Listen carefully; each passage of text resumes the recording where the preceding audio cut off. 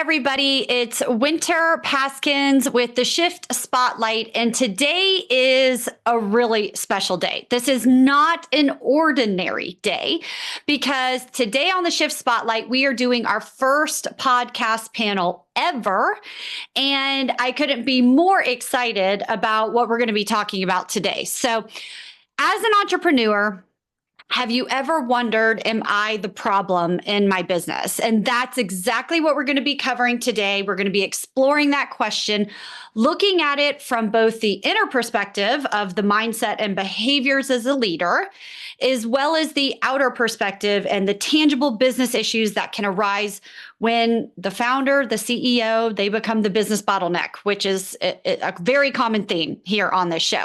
So without further ado, I would love to welcome our amazing guest today. We have Ken Paskins. He's a certified EOS integrator. He helps entrepreneurs get from where they are to where they want to go in their businesses.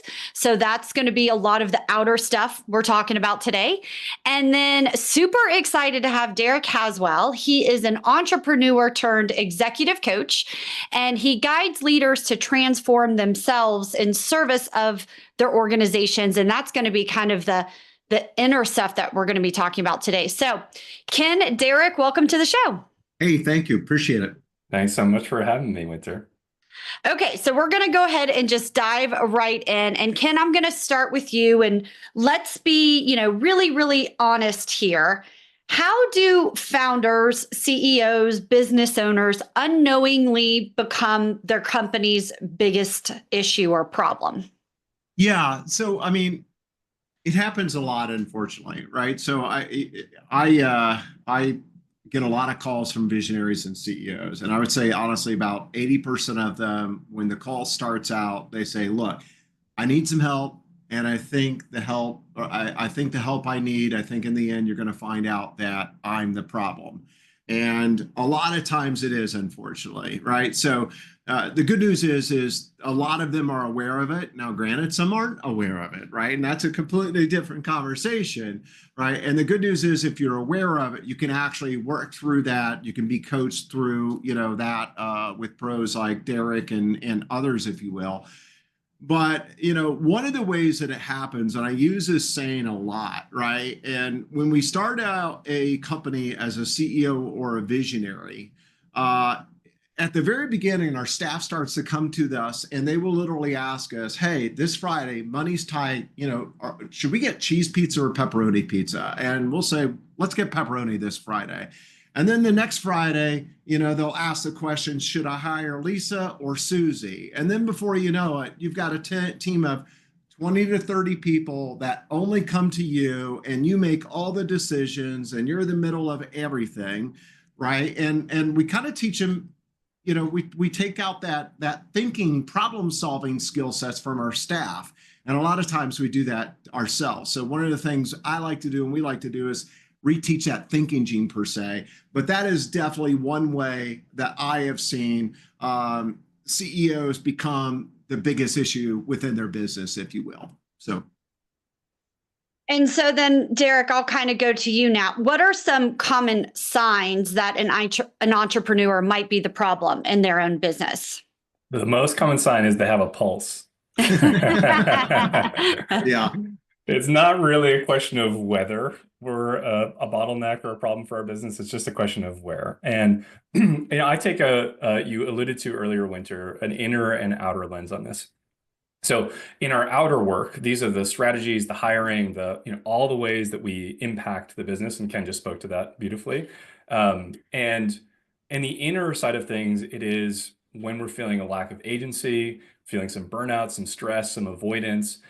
A lot of these roll back to self-awareness. Where are we knowing and not knowing what is lifting us up, giving us energy, where we can apply the most leverage to the business. And so that there's a founder that I worked with once who I was speaking with one of their direct reports, and the direct report said, "Hey, so I reference checked this person before I took the job, and they told me they were excellent at managing and directing people. And one of their references said this was one of their biggest weaknesses." And so this was like one of those things where, okay, there's a self-awareness gap. How can we face the gap really honestly and clearly, and then do the hard work to rebuild the relationships one beat at a time? So the common signs, they change, again, outer and inner, but it's this process of becoming aware of where are you getting energy, where are you able to apply leverage effectively, and where are there gaps, where are there places that you might be holding the business back. And what I see when I talk to a lot of CEOs on the podcast, and what I see is in the beginning, when they're starting out, they're really proud that they were the accountant and the market and the HR and the idea maker, and they did it all, and they're like really proud of it. And then you hit this point where it shifts. And then now they're doing everything and they're frustrated and they're burnt out and they're tired and they're like, why am I involved in anything? So, Derek, what mindset shifts are necessary for a CEO to transition from that, I'm proud of doing it all, to, wait, I need to lead effectively and I need to pass the buck? Yeah, this is a process, right? So there's no clear, hard truth. And what you just described really beautifully, Winter, is it's a gradient too. So the business wouldn't exist were the founders or the CEOs not to do all of these individual things. And waking up to the burnout, the disappointment, the frustrations, that is kind of how can we frame that as the signal that some changes are necessary. So for me, oftentimes people show up and they're like, I'm so frustrated and disappointed, and there's some self-criticism that's layered on top. And for me, it's like, hey, we just woke up. This is great Yeah. news, great signal here that there's some improvement to be able to make. And so again, there's that bringing self-awareness and discernment online. Where am I doing too much? Where am I not doing enough? And that's the name of the game in the building of self-trust. Yeah. And so there seems like there has to be some sort of like ego release, control release, something that, people in this position, all three of us are entrepreneurs. We all can say, yep, been there, done that, seems like something needs to be let go of. So how can entrepreneurs move past that thing that really does hold us back quite a bit? Yeah, one of my favorite things is to reframe this as a kind of like subduing or pushing back against the control, and instead seeing it as parts of us that are trying to help. So there's some part of us that feels like it needs to control the situation in order to be successful. And for me, in the inner terrain, it's how do we turn towards that with care and respect? Instead of like, grr, control, get out of here. We're like, we can ask questions of the motivations behind that. Oh, that's trying to keep us safe because when we were younger, we had to show up in those ways and prove our worth and whatever.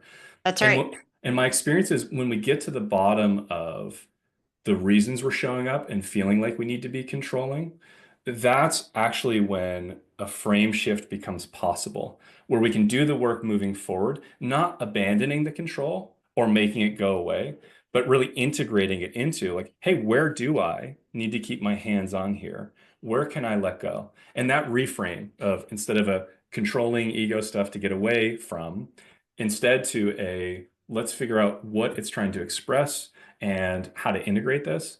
That's a huge step for a leader to take on. And Ken, I'm going to come back to you here in just one second. But before I do, Derek, can you speak to like, this is the inner stuff that we don't even realize impacts our businesses. And we're still sort of operating out of that younger child.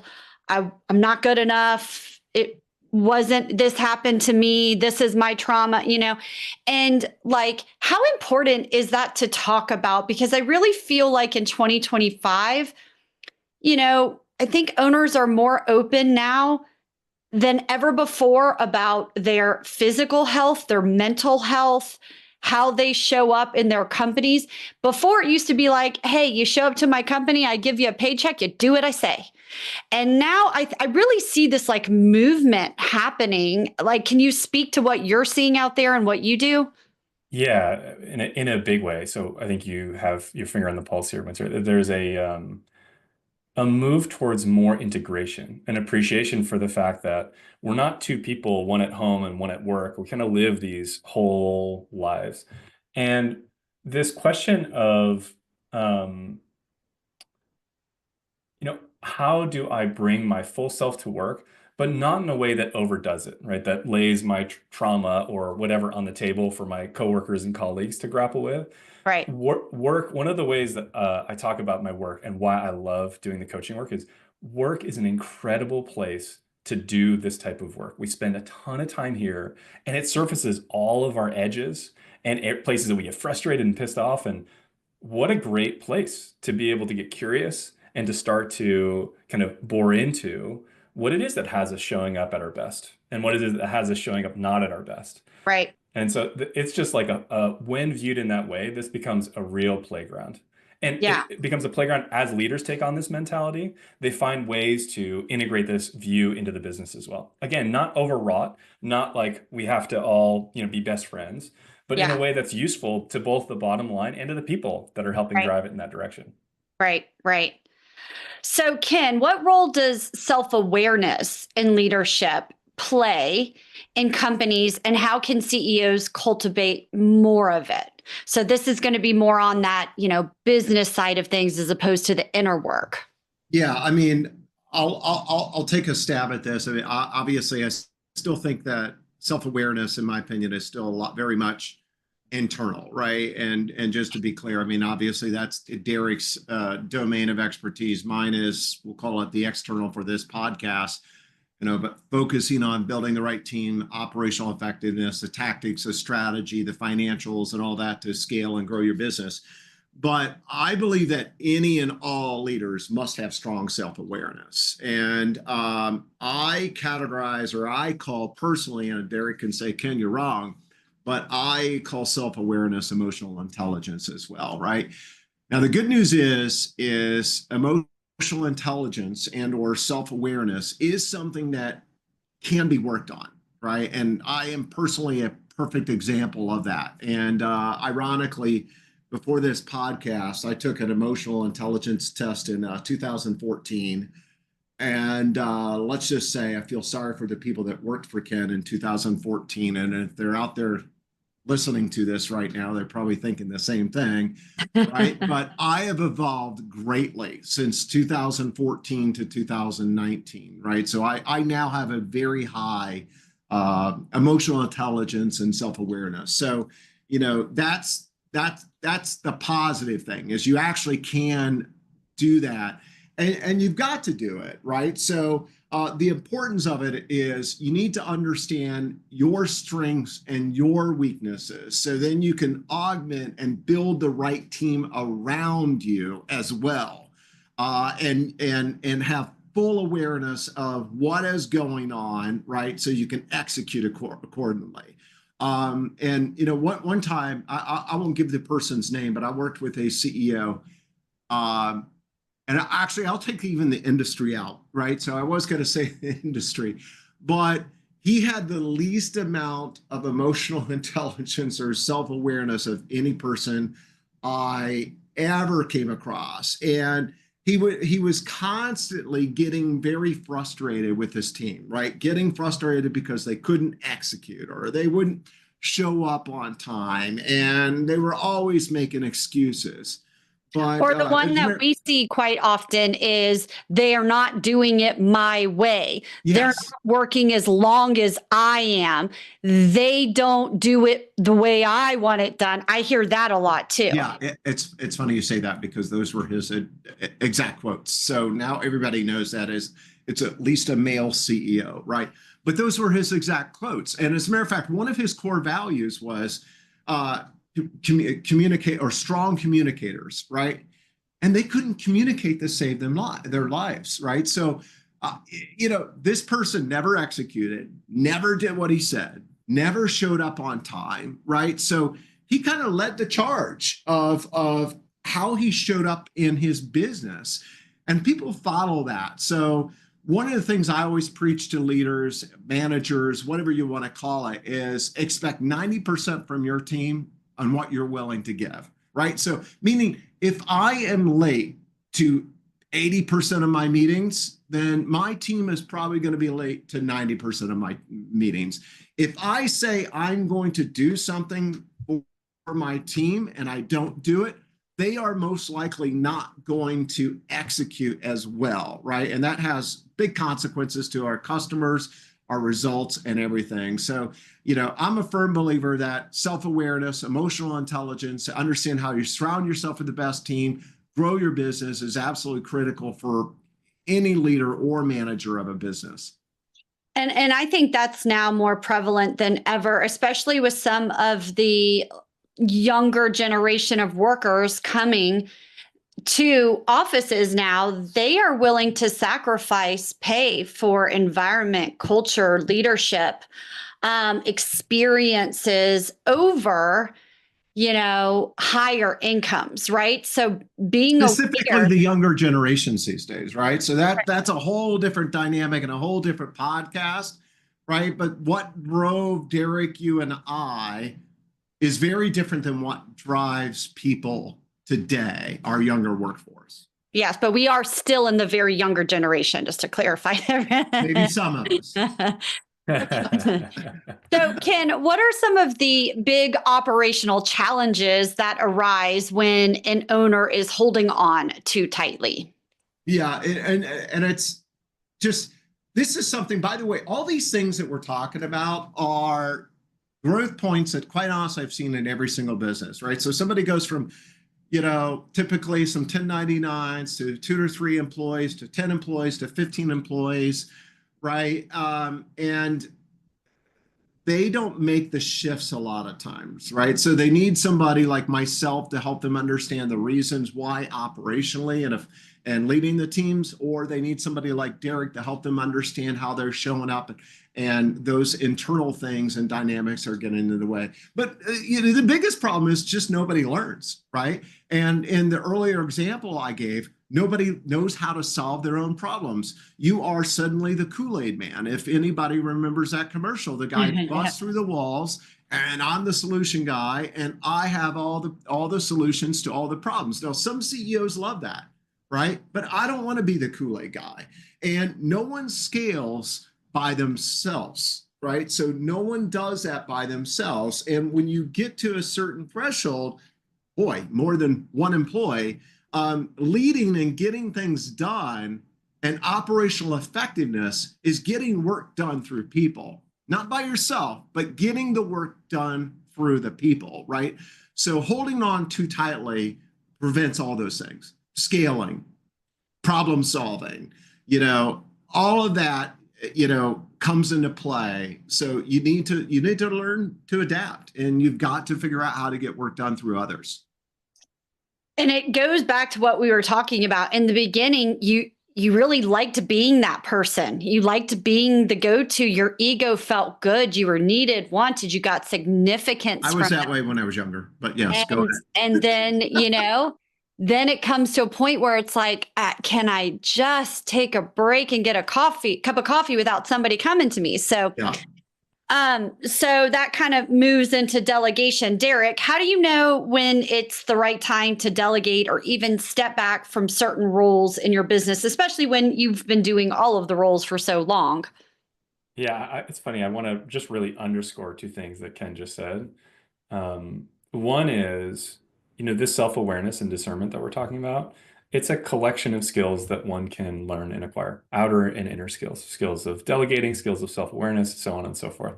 It's a really tractable problem. This is solvable if you want to settle in and really tackle this for the business. The other thing I just want to echo is use the mirror. This is one of my favorite things to name, is like, your business is a mirror for what's happening in your own mind and the way that you're showing up as a leader. And can you confront that in a way that isn't judgmental? Oh no, these parts of the business are bad, so I'm bad. But instead, just with clear seeing, oh wow, it seems like everyone's coming to me for all the answers. And this is clearly a problem. What does that mean about like where I'm stuck and how I'm showing up? And what would it look like for that to be different? What do the people, how would they move? How would they act if they felt really empowered and with agency? And so there's some amount of like, you can get glimpses of that on your own. You can also get glimpses of it working with folks like Ken or you, Winter. It's like, you've seen it. You've seen people go through the journey. You can paint a picture of like, hey, here's what healthy functioning looks like on the other side. And it's totally possible. So use the mirror. What an opportunity. What a cool thing we can do for the business. Yeah. Yeah. So can you share, Derek, an example of somebody you've worked with? You can leave their names out, but somebody who saw transformation because they made some of these mindset shifts, because they looked in the mirror, because instead of, forging through on let's do this for the business, they went inward and said, let's do this for myself first. Yeah, it really is this outer inner dance. There's a CEO that I work with who in the last year tripled the size of their business, already sizable business. And the way I characterize it is it really is a mix of it's not just the inner work of growing self-awareness, and that's really important, but it wasn't just that. It was also the outer work of making the right hires and putting the right strategies in place and making changes to the way the company operated. And so it was that kind of like shaving down. And again, for me, this toggling back and forth. Oh, what happens when I change this thing? Okay, I implement a change. So this particular leader implemented a new operating system for the business. Actually, was moving towards the VI model, visionary integrator model. Yes. And what happens? What breaks? And then, brings up a whole host of new frustrations or uncertainties. And then we'd move into, okay, what does it look like to grapple with those? How does it feel to show up as a leader in the midst of this uncertainty or to feel like you're flailing or failing? Yeah. Yeah. Okay, great. And then we can work with that. And then what does that mean for how you want to show up tomorrow? Or what changes do you want to make to the system? So there's this kind of like ping-ponging back and forth where we're using the mirror and then we're polishing the mirror. We're kind of like, we're shining ourselves to be able to show up a little bit more forthrightly. So that's really what this leader did. And it's not for the faint of heart. This particular leader was fierce when it came to their own self-awareness and willingness and desire to do this type of work. But that toggling back and forth, what I see in this particular leader and in others is it just releases one catch point at a time. It's like one hitch got released, then another one got released, another one got released. And any one of them isn't a particularly massive aha, but you do that for a year and you look back and it's a pretty different shaped organization and leadership and leader at the helm of the organization. And I think something that really kind of resonated with me with what you said is this particular leader you were talking about was fierce, but you don't have to be fierce and grab your business by the horns and make it happen. As long as you have a willingness to make adjustments or want change, that's enough. And you just take little steps. It's a big steak. You take one bite at a time and you work your way there.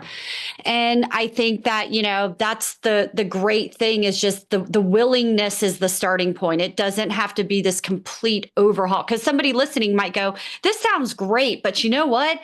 I don't know that I could do all of this. It's you can just start somewhere.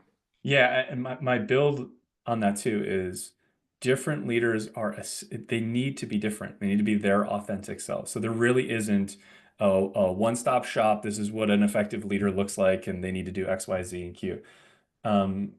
If this is a descent into our own authenticity as leaders. And what's so cool is when we bring this natural curiosity to the shape of the business or to the shape of ourselves, things start clicking. We start, instead of the shame or the guilt or the finger wagging, you got to be better in these types of ways. If you can just bring this open curiosity, like, oh, what's getting in the way of my business growing? Oh, how can we unblock that in terms of who's working on it or how they're working on it? Oh, how am I showing up as a leader? How can I unblock that? And it's this like descent to be you in whatever way it shows up with curiosity on board. It just has a kind of a progressive force on helping people grow their businesses. Right. Hi there, this is Ken Paskins, the CEO of GCE Strategic Consulting. What's holding your company back? It's often blind spots in leadership, miscommunication, misaligned priorities, and untapped growth opportunities. GCE's 360 assessment provides crystal clear insights into your team's strengths and challenges. Then One of our leaders will work with you to turn those insights into an action plan, ready to build a stronger, aligned team that can execute against your vision. Learn more about our 360 assessment today. And so, Ken, I know that you have some processes and frameworks to help people with their businesses that help entrepreneurs identify and solve their bottlenecks. Can you talk about that and how that can be applied to what they're doing when they want to make these changes? Yeah, I'm going to pause that question for 1 second because I want to hit two critical things actually, just really quick. So first of all, Derek can tell me I'm crazy. I think that some things can be taught in leaders and managers, right? So I'm a proven test case that you can improve emotional intelligence, right? I can effectively teach somebody to communicate better, right? Derek can teach somebody how to, work through their inner self to show up differently and better, right? But in my opinion, great leaders are made up of several things, right? It's experience, and it's good experience with high execution, right? So I can't graduate from college and be the CEO of IBM and be a great leader of that organization, right? So that's important. It's also those soft skills that can be taught, right? So how do I effectively communicate, or how do I establish accountability and a one-on-one process with my direct reports?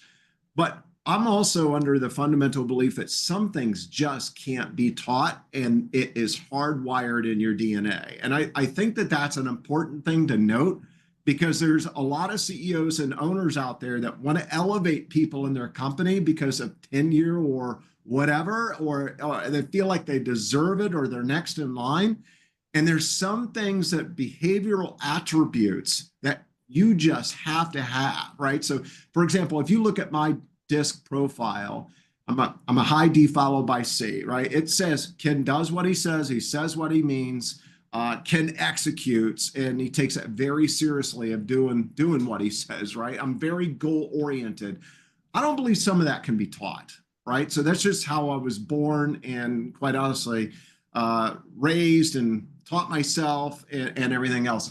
Another thing that Derek said Really that quick, what's can I that? interrupt you? Can I interrupt you for a second, No, Ken? but I'm teasing. Go Just to ahead, tell Derek. you that you're crazy. No, there's one of my favorite frames in hiring is everyone's a potato. So everyone's a potato. We set out to hire people or put people in roles, and we have a picture of a job that they're going to do. And you think of it like a sphere. They're going to be Yeah. excellent at these ways and these things. And what you discover as you start interviewing people is everyone's a potato. They're like oblong pieces, parts there, and they're longer over here. And your job as a leader in the outer work is to map people's potatoes and to discern what role do you want them to play? What's the shape of their potato? And you want to match those up to create a healthy, functioning organization. So anyway, I actually just want to build, Ken, on that with my favorite metaphor ever. I appreciate it. Now I'm hungry. And now I'm going to interrupt with a little stat that I actually learned a while back, and it was a study done by Gallup, and they said that 10% of the population are natural leaders. That's a really low amount. So yes, like some people do just have it in them, but a lot of people need support like GCE and like Derek Haswell to be able to help them get there, because not everybody has it innately in them. I'm one of those people. I don't have it innately in me. You do, by the way. So my other point, and then I'll get directly to your question. Derek said something as well. You have to be your authentic self, and I believe that, right? I can't teach somebody how to be a high D followed by C, right? I'm authentically that way, which means that I will rub some people wrong too, right? And I know that. Fair. Yep. But that doesn't mean all great leaders have to be that. So, and I remember seeing something years ago, actually, and it was about presidents. And, I love tests, DISC, Colby, you name it. I love taking them, seeing them, analyzing them and everything. And, probably not a surprise, but Donald Trump is a high D, very direct, in your face. Probably not a surprise, Obama is a high I. Those are very different people, but both of those, I don't care what your political slant is. I think both, regardless of which side of the aisle, we'll just say might to further qualify it down, might be good leaders, right? And their own unique ways in the way they come across and lead people differently, right? So, all right. So in Winter, to your point on the 10%, EOS actually talks about integrators, right? Which are who execute and get things done within the EOS framework, as only 4% of the population can be an effective integrator. And I do believe that. All right, so to your question, right? So there's lots of different frameworks out there. The one that we subscribe to and our clients use, a majority of them is a system called EOS. But business is business, right? And there's companies like Scaling Up and lots of other things. And I think, quite honestly, just as a CEO and owner, don't go reinvent the wheel, but do pick something and run with it and make it work. And don't try to customize and tweak it. There's hundreds of thousands and millions of companies that use it, and they use it quite successfully. But it still does, we'll probably get into this more later, it still does come down to your people fundamentally. Right? So to have the right process, to have the right systems, to have the right results and get the things done, it does come down to the people. So hopefully that answered your question, Winter. Yeah, it does. Okay. So Derek, if somebody listening today, this whole thing's about, am I the problem? Right? Am I the problem? And honestly, like Ken said in the beginning, often when he starts his calls, I'll hear them say, or they will say to him, I don't know, maybe I am the problem, right? And it's almost like this like deep thought that's way down in there, but but they are, right? So what's one actionable step a business owner can take today to assess whether they are in fact actually the problem? Yeah, I love it. Yeah, look, this is ingrained in all of us to not want to get the feedback that tells us where we're not doing so good. And there's nothing more essential to get if you're the leader. One of the mindsets that I encourage for founders, especially, but really anyone, is something one of my co-founders, Dan Harris, talked about, is this idea of taking the frame that we are good-ish. That at core, it's not that we're perfected humans or we're good people, because the trap of being a good person can be that you identify in all the ways that, like, well, I'm a good person. And it can make it so you don't want to look at the ways that you may have acted in ways that weren't good as a leader or ethically or like who knows what. And when we soften that to goodish, I'm goodish, it leaves a little bit of space for like, yeah, I'm a good person that's doing the best they can, and there are some edges and places where I'm not going to be doing good. And if we can get feedback, so the actionable step then is to get feedback from that orientation. I'm goodish, and can you please give me the feedback to help me shine the light on where the ish is?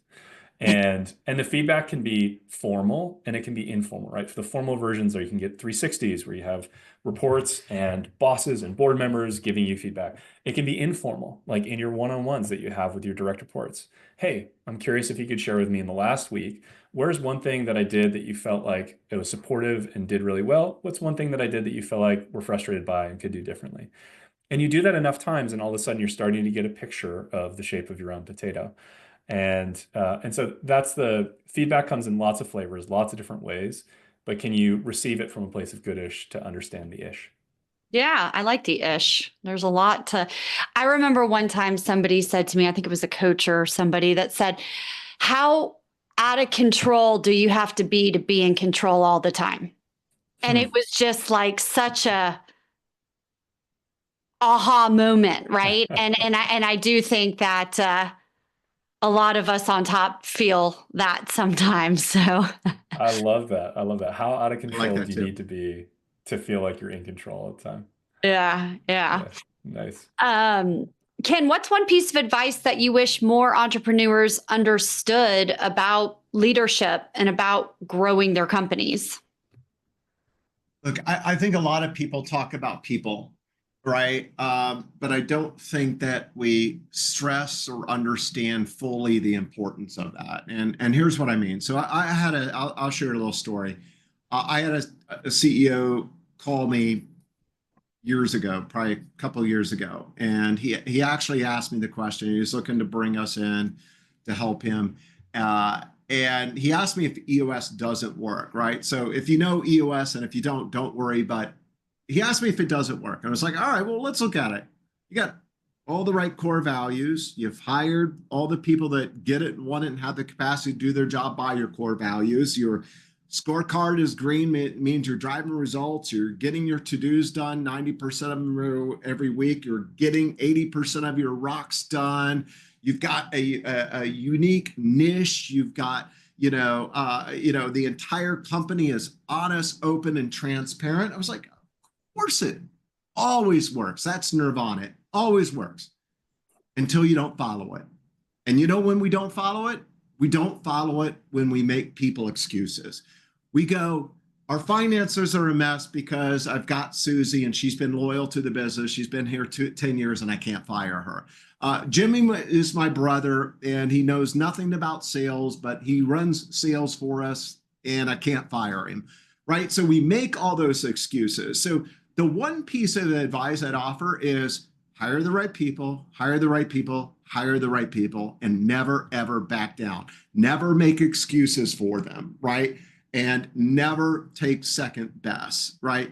And understand also that when you're looking at your staff, some things can be changed and worked on, and some things absolutely cannot, right? So the things that cannot, I always categorize as cancerous or critical flaws, right? So I can teach somebody how to communicate better. I can teach certain skill sets and things to help them as an employee, a leader, or a manager.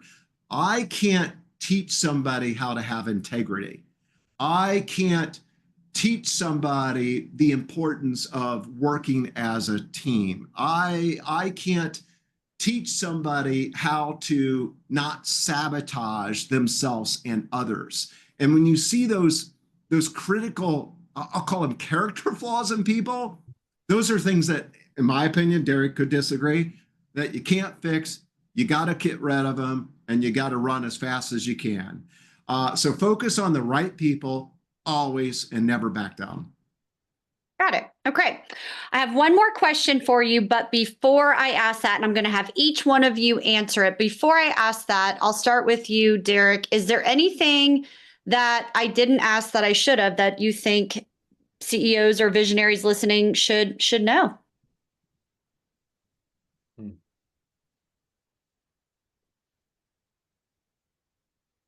I'm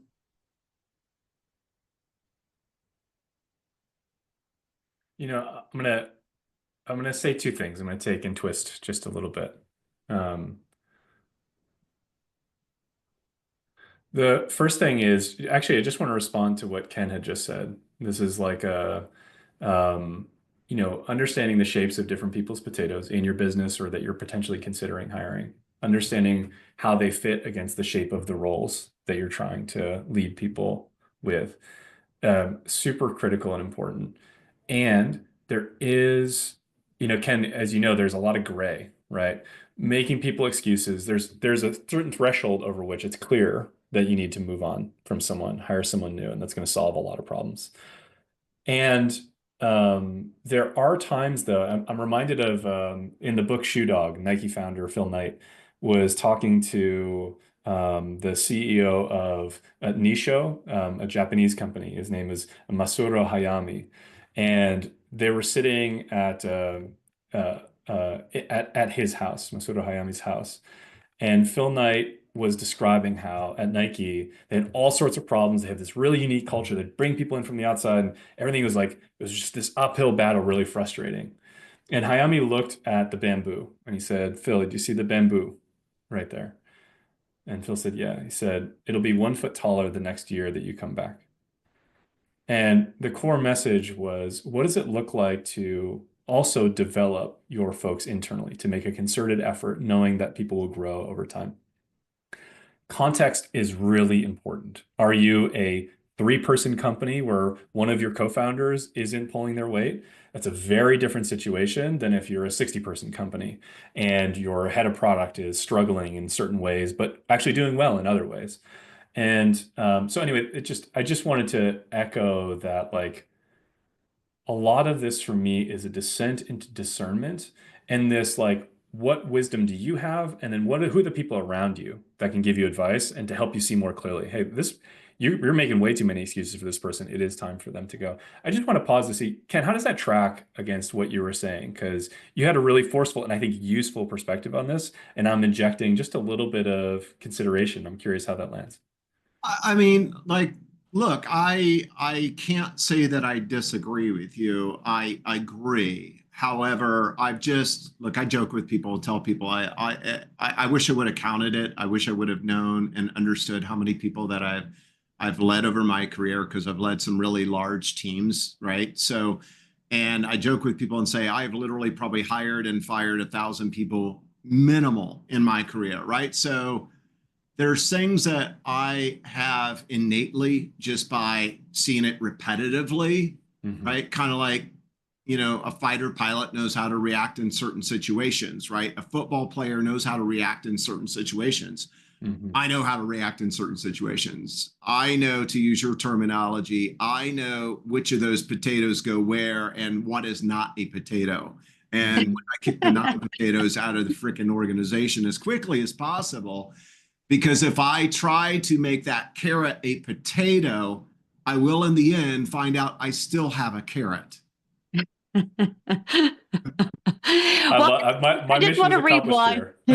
I just want to rewind that Ken compared what he does to a fighter pilot. So that's how effective GCE strategic consulting is.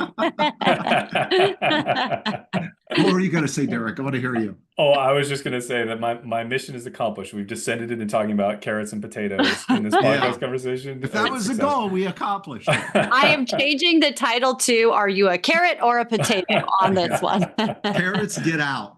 You're only looking for potatoes. My wife and I farm, so this is very relevant as well. Oh, that's hilarious. So does Ken. He has one of those. What is the name of it? The Aero Garden. Aero Garden. Yeah. Oh yeah, nice. Okay, I love it. With the right temperatures and the right light and all that. So that's an integrator's dream right there. Oh, totally. So, and then the other thing, Winter, I just want to respond to what questions would ask. I'd say, like, if you get to this point in the conversation and you're still wondering, like, cool, I get the outer makes total sense. This inner thing, like, Derek, can you please help me understand why this is even important? Like, descending into my feelings, like, why can't we just solve all of these problems by continuing to turn the crank and make a better business? And I would just offer lightly that the way we show up as leaders replicates throughout our organizations. So if we show up with control and power and in ways that are like grabby and latchy, that replicates in and throughout the culture of an organization when you think about the organization as a broader organism. Yeah. And so the inner work is really just to fine tune that so that what's replicating are healthy, conscious behavior patterns running throughout the veins of your organization.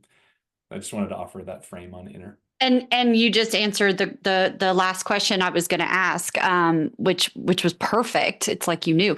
So then I will ask Ken the question: if you could leave founders with one challenger question to reflect on, what would it be? One challenger question to focus on. One challenge or question. Gotcha. All right. So, first of all, do you know where you're going? Right? Do you know where you're going in a year? Do you know where you're going there in 3 years? Right? And do you have some sort of plan to get there? Not winging it day by day, not every quarter coming up with a different plan or a different idea. The second thing or sub bullet of that is, are you 100% confident and convinced that you have surrounded yourself with the right team? Or are you falling in that trap where they started with me, so I'm going to finish it, whatever finishing is, right? Is that 10 million, 10 billion? Is that an exit? I don't know. But if you had a plan, we would know what that finishing line was, right? Have I surrounded myself with the right team, or am I falling in the loyalty trap and am I hobbling along? And if you have questions about any of that stuff, right? Do I have the right plan? Do I know where I'm going? Do I know how I'm getting there? And do I have the right team surrounding me to execute accordingly? Then you're all set. If you're lacking in some of those areas, then generally that's when people reach out to us, and that's where we step in and help. And that is actually how I'm going to wrap this up. So, Derek Haswell, CEO and founder of Derek Haswell Executive Coaching. If somebody wanted to take the next step with you, what should they do? Yeah, you can find me at, and thank you, Winter. You can find me at derekhaswell.com. You can learn more about the kind of coaching that I offer. I work one-on-one with founders from the idea stage all the way up to pre-IPO. And I love this stuff. So if you're curious, or if you read the website and you're just interested in more folks like this, please drop me a note. I'm happy to be a resource. And I'd love to hear from you. Awesome. And Ken Paskins, he's the CEO and founder of GCE Strategic Consulting. He can be found at GCE, which stands for his daughters' names, Gabrielle, Chloe, and Emma. GCEstrategicconsulting.com. Ken, if somebody listening wanted to take the next step with you, what should they do? Yeah, simply add the Ken in front of at GCEstrategicconsulting.com, and or just call me. My number, by the way, if anyone wants to give me a ring, I love chatting. I love taking on challenges, but 303-807-3618. And I'll just add, we didn't discuss this at the very beginning, but how did Derek and I meet? So we both met by, I'll leave her name out of it, but a very highly recognized, powerful individual out of Silicon Valley that owns multiple companies and actually is starting a PE, or well underway, starting her own PE firm as well. And she works with Derek, and I've worked with her in multiple companies with her. But anyways, I can say that if this individual is working with Derek, then Derek does know what he's doing, and he's worth reaching out to. Hey, Ken, I apologize to interrupt, and maybe this will need a podcast edit, but just so you know, Jess and I are peers, so we collaborate. We've had conversations together, but she doesn't work as one of my clients. I just wanted to name that. Okay. So I apologize if that's what you were led to believe. Yeah. Well, we don't have to edit that, but yeah, okay. I was not aware of that. All right. I would like to say that there seems to be a real need for both what you guys do, both the outer and the inner business side. So I appreciate everything that you're doing for these companies. And I think that today was a huge day for the Shift Spot. Tons and tons of great material here that people can take and start making some real changes to make 2025 their best year. Thank you so much, Winter. Awesome. Thank you. Appreciate it. Thanks for being on the show. Have a good day.